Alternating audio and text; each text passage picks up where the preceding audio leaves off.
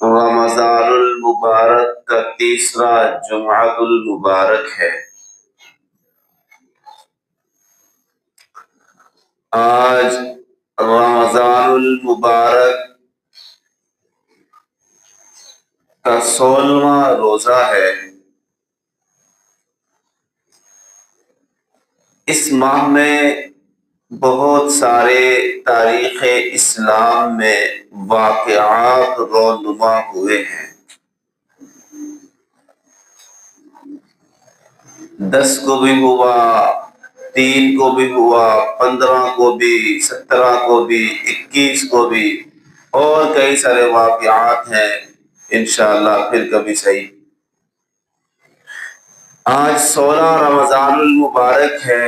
17 رمضان کو تاریخ اسلام میں 2 عظیم واقعات رونما ہوئے ہیں۔ ایک غزوہ بدر جو 2 ہجری 17 رمضان المبارک کو پیش آیا تھا۔ دوسرا اما عائشہ صدیقہ رضی اللہ تعالی عنہا کی وفات مبارکہ بھی 17 رمضان کو ہے۔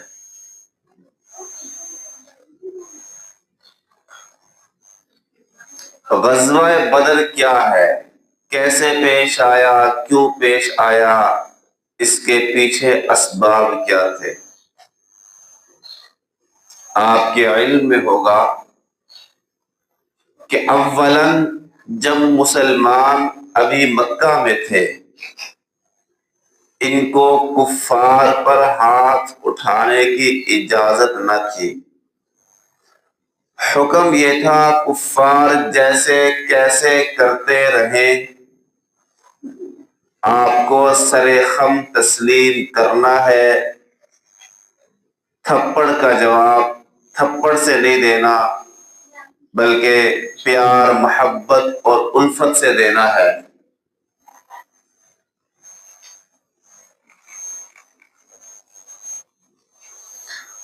جب کفار مکہ کی تکالیف اور پریشانیوں سے تنگ آ کر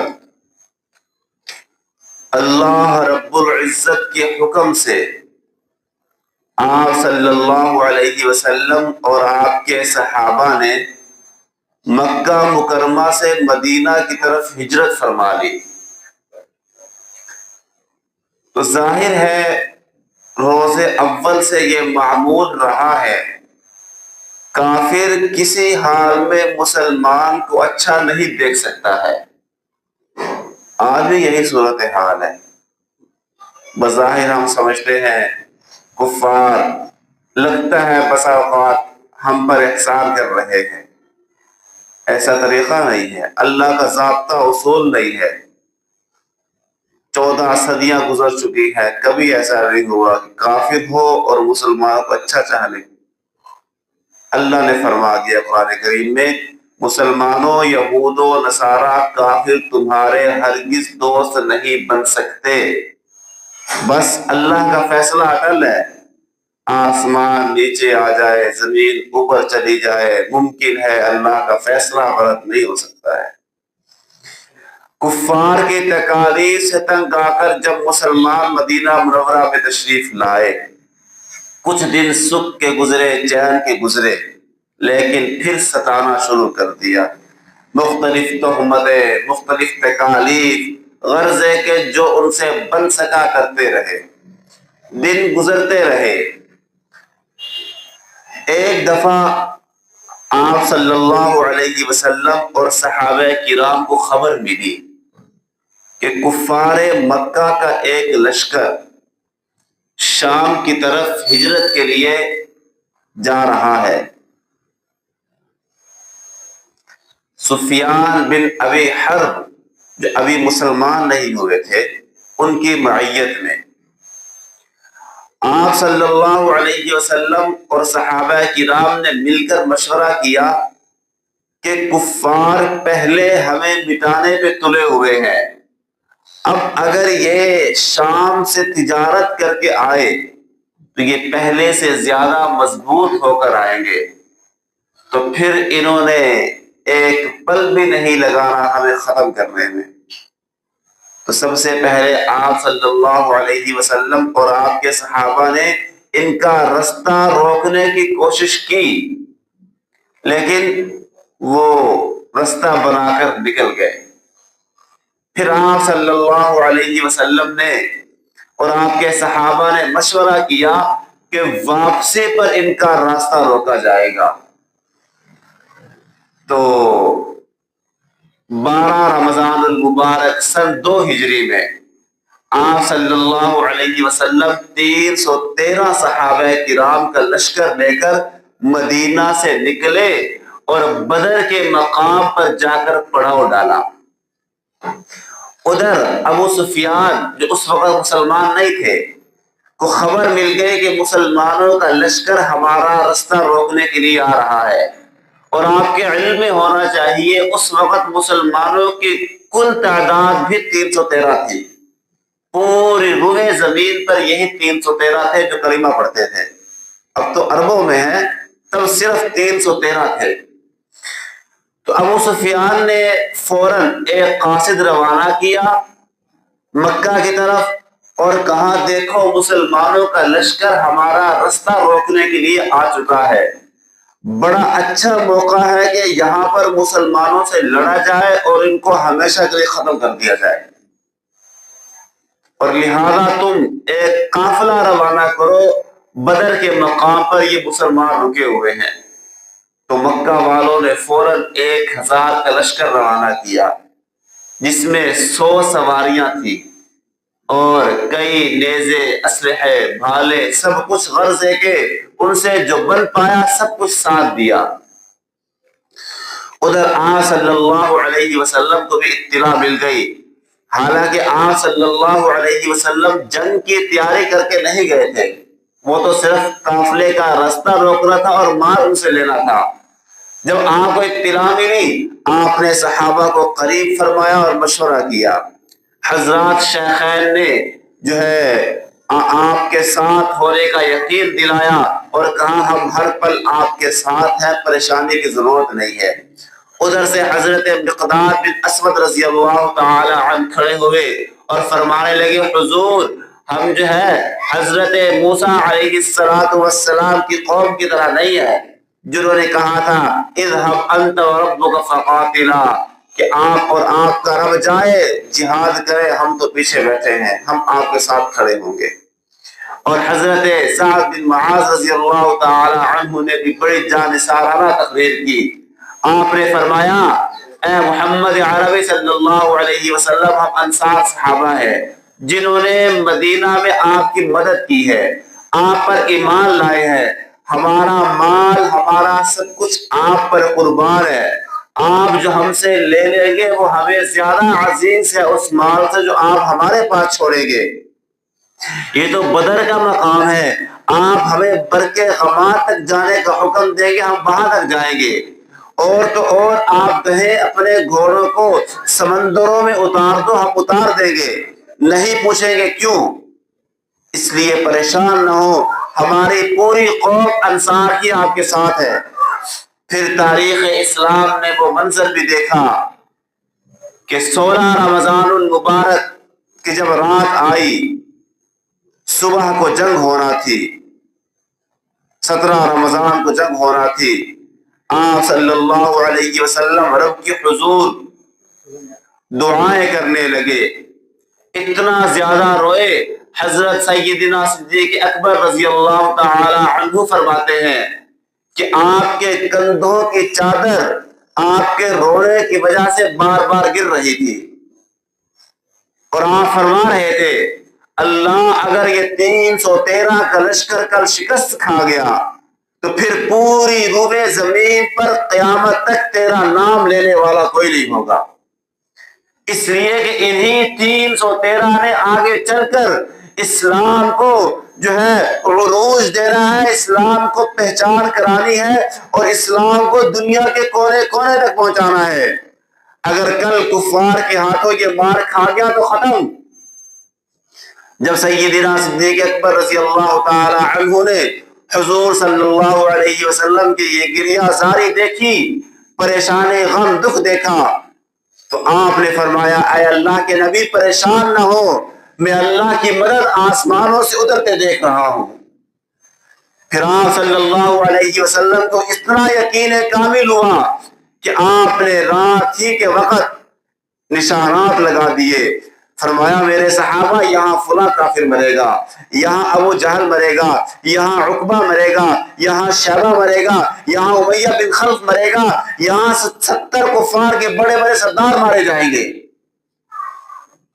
پھر جب کل صبح ہوئی 17 رمضان، لکھا ہے روایات میں جہاں آپ صلی اللہ علیہ وسلم نے جس جگہ پر پڑاؤ ڈالا تھا وہ جگہ ریتلی تھی، وہاں پر جو ہے جانور تیز بھاگ نہیں سکتے تھے، انسان تیز بھاگ نہیں سکتا تھا، ریت میں پاؤں جو ہے پھنس جاتے تھے، اور کفار نے جس زمین پر قبضہ کیا تھا وہ مٹی والی زمین تھی، اس پر گھوڑے بھی روانی سے بھاگتے تھے، انسان بھی روانی سے دوڑ سکتا تھا، لیکن رب نے کیا منظر بنا دیا، راتوں رات سخت قسم کی بارش ہو گئی، وہ ریتلی زمین کہ جس میں پاؤں کھبتے تھے وہ بالکل ملیب ہو گئی پانی کی وجہ سے، اور مٹی والی زمین بالکل کیچڑ بن گئی، گھوڑے پھسل رہے ہیں، انسان پھسل رہے ہیں، منظر راتوں رات بدل دیا گیا۔ صبح ہوئی، میدان لگ گیا، میدان لگنے کے بعد آپ صلی اللہ علیہ وسلم اپنے چھپر میں موجود دعائیں کر رہے ہیں، ادھر صحابہ کرام موجود ہیں۔ آپ کو علم ہونا چاہیے پہلے جنگیں آمنے سامنے ہوا کرتی تھی، آج وہ جنگوں کا ماحول نہیں ہے، پہلے دشمن سامنے ہوتا تھا، مسلمان ادھر ہوتے تھے، آمنے سامنے ہو کر جنگ کیا کرتے تھے، اور سب سے پہلے جو ہے انفرادی جنگ ہوا کرتی تھی، وہاں کفار کی طرف سے وہ نکلتا اور چنگھارتا چیختا ہے جو مسلمانوں میں سے مجھ سے مقابلہ کرنے والا آئے۔ پہلے انفرادی جنگ ہوتی تھی، اس کے بعد اجتماعی ہوتی تھی۔ خلاصہ یہ کہ پھر دنیا نے وہ عجیب منظر دیکھا کہ 313 کا لشکر جن کے پاس صرف 2 گھوڑے ہیں، اسلحہ مکمل نہیں ہے، ساز و سامان مکمل نہیں ہے، 1000 کے لشکر سے ٹکرا رہا ہے، جن کے پاس سامان مکمل، جن کے پاس جانباز بہت زیادہ۔ پھر دنیا نے وہ منظر دیکھا، کفار چیخ رہے تھے، چنگھاڑ رہے تھے، کہتے تھے ہم آسمانوں سے ایسی مخلوق اترتی دیکھ رہے ہیں جو ہم نے کبھی ان آنکھوں سے دیکھی نہیں، مسلمان ہم پر تلوار مارتے ہیں، لگتی کہیں اور سے ہے، لگتا یوں ہے کہ کہیں اور سے ہم پر حملے ہو رہے ہیں۔ اللہ نے فرما دیا تھا وَلَقَدْ نَصَرَكُمُ اللَّهُ بِبَدْرٍ وَأَنْتُمْ أَذِلَّةٌ، میرے صحابہ تم ان کفار سے ٹکرا جانا، لیکن شرط یہ ہے تمہارے دل میں ایمان مضبوط ہو، عقیدہ مضبوط ہو، تمہارے دل میں یہ ہونا چاہیے یہ مال کچھ نہیں کر سکتا، یہ اسباب کچھ نہیں کر سکتے، یہ اسلحہ، یہ ساز و سامان، یہ تعداد کچھ نہیں ہے، جہاں اللہ کی مدد ہو، جہاں اللہ کی نصرت شامل حال ہو، وہاں کسی کی جتنی مرضی طاقت آ جائے کچھ نہیں کر سکتی ہے۔ صحابہ کرام نے کلمہ کی حقیقت کو دل میں اتارا، لا الہ الا اللہ، اللہ کے سوا کوئی طاقت نہیں ہے، محمد الرسول اللہ، محمد اللہ کے نبی ہے، یہ کہہ کر میدانوں میں گھسے۔ پھر دنیا نے وہ منظر دیکھا، تاریخ میں لکھا ہے 2 چھوٹے چھوٹے بچے جن کی عمریں بہت کم 10 12 13 سال، حضرت معاذ بن عفرہ، حضرت معوذ بن عفرہ، ان کے بارے میں لکھا ہے روایات میں، حضرت عبد الرحمن بن عوف رضی اللہ تعالی عنہ بڑے جلیل القدر صحابی ہیں، یہ کہتے ہیں میں صف میں موجود تھا، سامنے کافر موجود تھے، یہ چھوٹے چھوٹے بچے میرے دائیں بائیں موجود تھے، میں ڈر بھی رہا تھا کہ میرے دائیں بائیں چھوٹے چھوٹے بچے ہیں، مجھ پر حملہ ہو گیا تو میرا ساتھ دینے والے کون ہوں گے، یہ بچے کیا کریں گے، میں دیکھ رہا تھا۔ اتنے میں ایک بچے نے کہا چچا جان میری بات سنیے، میں نیچے جھکا، میں نے کہا بیٹا کیا بات ہے، کہنے لگا چچا یہ بتائیں ابو جہل کون ہے، میں نے کہا بچے تم نے کیا کرنا ہے، تو دونوں کہنے لگے ہم نے سنا ہے وہ محمد عربی صلی اللہ علیہ وسلم کو گالیاں دیتا ہے، اور ہم نے عزم کیا ہے کہ آج کے دن یا وہ اس میدان میں رہے گا یا ہم 2 میدان میں رہیں گے۔ تو حضرت عبد الرحمن بن عوف کہتے ہیں میں پریشان بھی ہوا یہ بچے کیا کر لیں گے، لیکن پوچھا انہوں نے، میں نے اشارہ کر دیا، وہ دیکھو سامنے صفوں میں جو اپنے ساتھیوں کے صفیں ٹھیک کر رہا ہے، جو گھوڑے پر موجود ہے اور چیخ چیخ کر کہہ رہا ہے یوں کھڑے ہو جاؤ، یوں کھڑے ہو جاؤ، اس طرح کھڑے ہو جاؤ، وہ ابو جہل ہے۔ پھر عبد الرحمن بن عوف کہتے ہیں میں نے دیکھا وہ تو چھوٹے چھوٹے بچے 13-14 سال کے بچے تلواریں لے کر بھاگ پڑے، صفوں میں گھس گئے، سب سے پہلے قریب گئے اور اس کے گھوڑے کی کونچیں کاٹ دی، وہ گھوڑے سے گر پڑا اور گرنے کے بعد اس پر تلواریں چلائی، اس کو زخمی کر دیا، زخمی کرنے کے بعد بھاگے بھاگے حضور کے پاس آئے۔ معاذ کہنے لگے میں نے قتل کیا ہے، محفظ کہنے لگے میں نے قتل کیا ہے۔ حضور صلی اللہ علیہ وسلم نے فرمایا اپنی تلواریں دکھاؤ، تلواریں صاف تو نہیں کی؟ کہنے لگے نہیں۔ حضور کو دکھائی، دونوں پر خون تھا۔ آپ نے فرمایا تم دونوں نے قتل کیا ہے اور تم دونوں کے لیے جنت کی خوشخبری ہے۔ تو یہ ان بچوں کی تربیت تھی۔ آج ہمارے بچوں کو کیا تربیت دی جاتی ہے؟ ناول ان کے ہاتھوں میں دیے جاتے ہیں، ڈائجسٹ ان کے ہاتھوں میں دیے جاتے ہیں، فلمیں ان کے موبائلوں میں ڈالی جاتی ہیں، ڈرامے ان کے موبائلوں میں ڈالے جاتے ہیں۔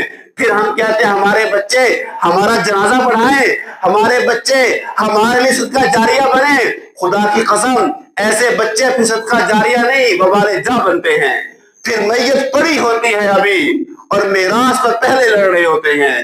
پھر ایسے منظر بھی دیکھنے کو ملتے ہیں کہ ایک باپ نے ایک بچے کو دنیا کی ہر طرح کی تعلیم دی، ملکوں کے سفر کرائے، بہترین قسم کا ڈاکٹر بنایا، بالآخر والد بوڑھا ہوا، مر گیا، بیٹا واپس آیا مرنے کے بعد، اب جنازہ تیار ہے، باپ کے چہرے سے کپڑا ہٹایا اور تھپڑ دے کے مارا۔ لوگوں نے کہا ظالم مرا باپ ہے، تھپڑ کیوں مارتے ہو؟ اس نے ساری زندگی آپ کے لیے لگائی ہے، آپ نے سب کچھ قربان کیا ہے۔ کہنے لگا ابا نے دنیا سب کچھ دے دی ہے، مال بھی دیا ہے، زر بھی دیا ہے، کوٹھیاں بھی دی، بنگلے بھی دیے، اچھی بیوی بھی لے دی، بچے بھی ہو گئے، لیکن دنیا تو بنا دی، اب میں کیا کروں؟ اس مرے باپ کو مجھے جنازہ نہیں آتا ہے۔ ہاں 2 سکول و کالج کی تعلیم انکار نہیں ہے، لیکن خدا کے لیے اتنا تو سکھا دو آپ کا جنازہ پڑھ سکے، اتنا تو سکھا دو آپ کے مرنے کے بعد فاتحہ خوانی کر سکے، اتنا تو سکھا دو مرنے کے بعد روزانہ پڑھ کر اثار ثواب کر سکے، اتنا تو سکھا دو زکوٰۃ کیسے دینی ہے، اتنا تو سکھا دو کہ مال کیسے پاک کرنا ہے۔ مال جمع کیے جا رہے ہیں لیکن پتہ نہیں ہے اللہ کا حق کیا ہے، بندوں کا حق کیا ہے۔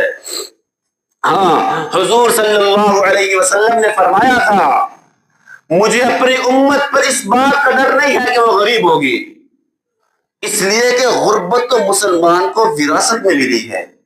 ہاں غربت عیب نہیں ہے، خدا کی قسم عیب نہیں ہے، یہ فخر کی بات ہے، اس لیے کہ میرا نبی غریب، ہمارے صحابہ غریب، تبع تابعین غریب، اما عائشہ صدیقہ رضی اللہ تعالی عنہا کہ جن کا نکاح آسمانوں پر ہوا، جن کی منگنی اللہ نے جبرائیل کے ذریعے خود کرائی ہے، اما عائشہ کے بارے میں لکھا ہے کہ آپ کی تصویر ریشم کے کپڑے میں لپیٹ کر حضرت جبرائیل 3 بار حضور کے پاس تشریف لائے کہ حضور یہ دیکھیے یہ خاتون ہے، ابو بکر کی بیٹی ہے، اس کا نام عائشہ صدیقہ ہے، اس کا نکاح اللہ آپ سے کرنا چاہتے ہیں، پسند ہے؟ حضور نے کہا ہاں پسند ہے۔ پھر اللہ نے نکاح کرایا، اماں فرماتی ہیں میرے گھر میں 3 دن تک آگ نہیں جلتی تھی کھانا پکانے کے لیے، اس لیے کچھ ہوتا ہی نہیں تھا کھانے کے لیے۔ غربت عیب نہیں ہے۔ نبی کریم صلی اللہ علیہ وسلم جب غزوہ خندق کا موقع تھا، خندقیں کھودی جا رہی تھی، صحابہ کرام حضور کے پاس تشریف لائے اور آ کر کہنے لگے ہمارے ماں باپ آپ پہ قربان، ہمارے بچے آپ پہ قربان، آپ ہمیں جو حکم دے ہم کرنے کو تیار ہیں، لیکن حضور اب حالت یہ ہے ہم کدال اٹھا کر پتھر پہ مارنا چاہتے ہیں، اٹھائی نہیں جاتی، اس لیے کہ بھوک کی وجہ سے طاقت نہیں رہی ہے، اور پیٹ کھول کر دکھائے، پیٹ میں پتھر بنے ہوئے تھے۔ آپ کو پتا ہونا چاہیے جب بھوک زیادہ ہو پتھر ٹھنڈا ہوتا ہے، پتھر لگانے کی وجہ سے بھوک میں کچھ کمی آتی ہے، تو حضور صلی اللہ علیہ وسلم نے اس وقت اپنا پیٹ کھولا. آپ نے 2 پتھر باندھے ہوئے تھے اور آپ نے اس وقت فرمایا تھا میرے صحابہ یہ دنیا کی زندگی ہے, دنیا کی زندگی میں تم چاہو آرام سکون چین ہو, ایسا نہیں ہے. اللہم لا عیش الا عیش الاخرہ. میرے صحابہ اللہ نے فرما دیا کہ دنیا کی زندگی اگر مسلمان ہو عیش چاہے, عشرت چاہے, آسانیاں چاہے, ایسا نہیں ہے. اس لیے کہ دنیا سجن المؤمن, دنیا مسلمان کے لیے قید خانہ ہے, وہ جنت الکافر, کافر کے لیے جنت ہے. صحابہ کرام کو کبھی اچھا کام کرنے پر اجر مل جاتا تھا, دنیا میں پریشان ہوتے تھے کہ کہیں ہمیں ہمارے اعمال کا بدلہ دنیا میں تو نہیں دے دیا گیا. اور آج المیہ یہ ہے اللہ کی 1000 نعمتیں ہمارے پاس موجود, پھر بھی شکوے شکایتیں ہماری زبانوں سے جاتی نہیں ہیں. حسن بصری رحمہ اللہ کے بارے میں لکھا ہے کہ جب سر میں درد ہوتا تھا تو کپڑا نہیں باندھتے تھے. کسی نے کہا حضرت درد ہوتا ہے کپڑا باندھے آرام ملتا ہے. کہا جس رب نے مجھے اتنی راحت سکون چین دیا ہے, اب میں کپڑا باندھ کر اس رب کا شکوہ کروں, لوگوں کو دکھاؤں کہ رب نے سر میں درد کر دیا ہے. او اللہ کے بندو, اس لیے دنیا کی زندگی میں جتنے دن ہیں آسانیاں ہم چاہیں ہر پل ایسا ممکن نہیں ہے. ہاں اسلام چھوڑ دو, آسانیاں ہی آسانیاں ہیں. اگر اسلام میں رہنا ہے پھر تنگیاں ہیں. وَلَنَبْلُوَنَّكُمْ بِشَيْءٍ مِّنَ الْخَوْفِ وَالْجُوعِ وَنَقْصٍ مِّنَ الْأَنبَارِ وَالْأَنفُسِ وَالثَّمَرَاتِ. مسلمان ہونے کے بعد وہ آزمائے گا ہر طرح سے. اس لیے آزمائشوں میں پریشان نہیں ہونا, غم زدہ نہیں ہونا. غزوہ بدر میں 14 صحابہ کرام نے اپنی جانیں پیش کر کے اس اسلام کو عروج تک پہنچایا ہے. 14 جانثار آپ کے اس جنگ میں شہید ہو گئے تھے. اور آپ نے فرمایا تھا جو صحابہ غزوہ بدر میں شریک ہوئے ہیں ان کا اتنا بڑا کارنامہ ہے, آج کے بعد یہ گناہ بھی کریں گے نا تو ان گناہوں کے بدلے نیکیاں لکھی جائیں گی, ان کے گناہوں کا اعتبار نہیں کیا جائے گا. اس لیے دوستو ان صحابہ کرام کو ہمیں فالو کرنا ہے, ان صحابہ کرام کو اپنا مقصد اور اپنا ہدف بنانا ہے. پھر دیکھنا انشاءاللہ دنیا بھی اچھی گزرے گی, آخرت بھی اچھی گزرے گی.